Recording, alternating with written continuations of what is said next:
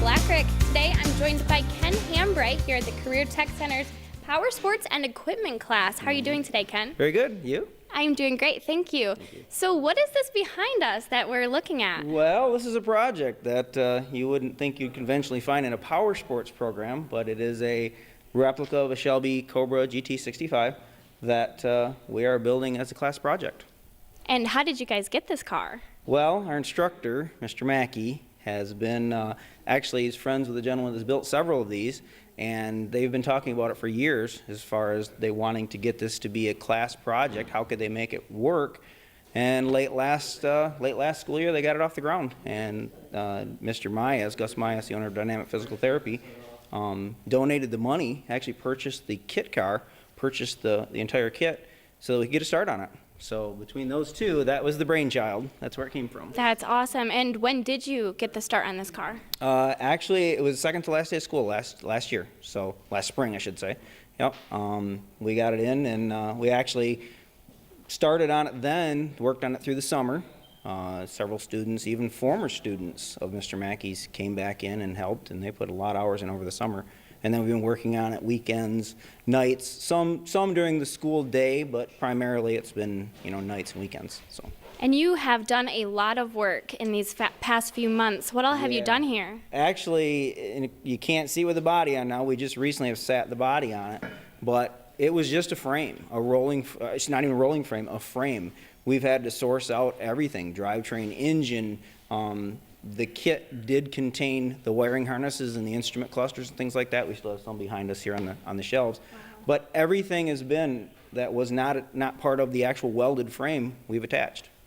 And so when this is complete, literally every single part of this car you will have constructed from start up from finish. And the students have been, we have several different departments here at the CTC, several different classes that have played a part in making this happen. We've tried to incorporate as many as we could. We've got we've got some students from heavy equipment, some students from automotive, which oddly enough are coming to our class to work on a car. We've got CNET have helped us with the wiring. We've actually got an engineering tech. They're actually machining on their 3D printer, which is a way to model different metal and plastic components. They're actually making a custom shifter. I don't have it with me now, but it's engraved with the WMCTC logo, and it's a form of a Cobra head.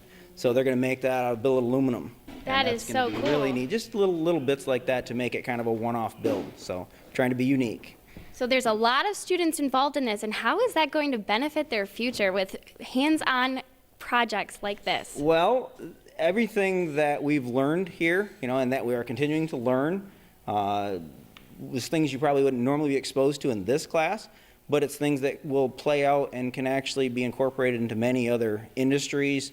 It's limitless. I mean, the things they learned here, they can apply to many different trades. So. It's unprecedented. Yeah, it is. It's when I came here, and I've only been here for about a year, but I did not think that we'd be building a car in a power sports and equipment class. But how cool! Yeah. Mr. Mackey, like I said, his brainchild, and he said, "Yeah, we're gonna do this." And I thought, "Wow, what an opportunity!" So the students that are in this year's class, of course, we'll have some, we have juniors and seniors, but the ones coming back next year, we'll be done by then. But to be a part of this, again, like I said, unprecedented. They're going to be really stoked to be able to get this thing off. Oh, definitely. And what about when it's done? What's it going to look like? Where's it going to go? Well, it's going to be donated to the Rotary.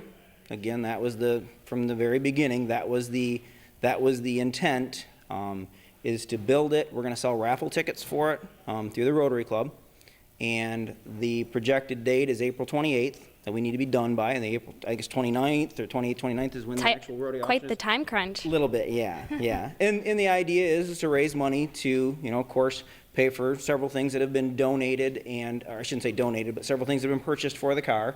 And also looking down the road to purchase another kit car, probably from Factory 5 Performance, where this one came from, and start a 2-year build.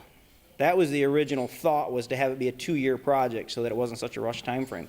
This one we're doing a little bit under pressure, but by the next time it'll be, we should be pretty well in the flow of how it works. Bring a new, class of kids in and start over again. So. That's awesome. Well, thank you so much, Ken. It was a pleasure. Very nice to meet you. With My News 26, I'm Abigail Blackrick.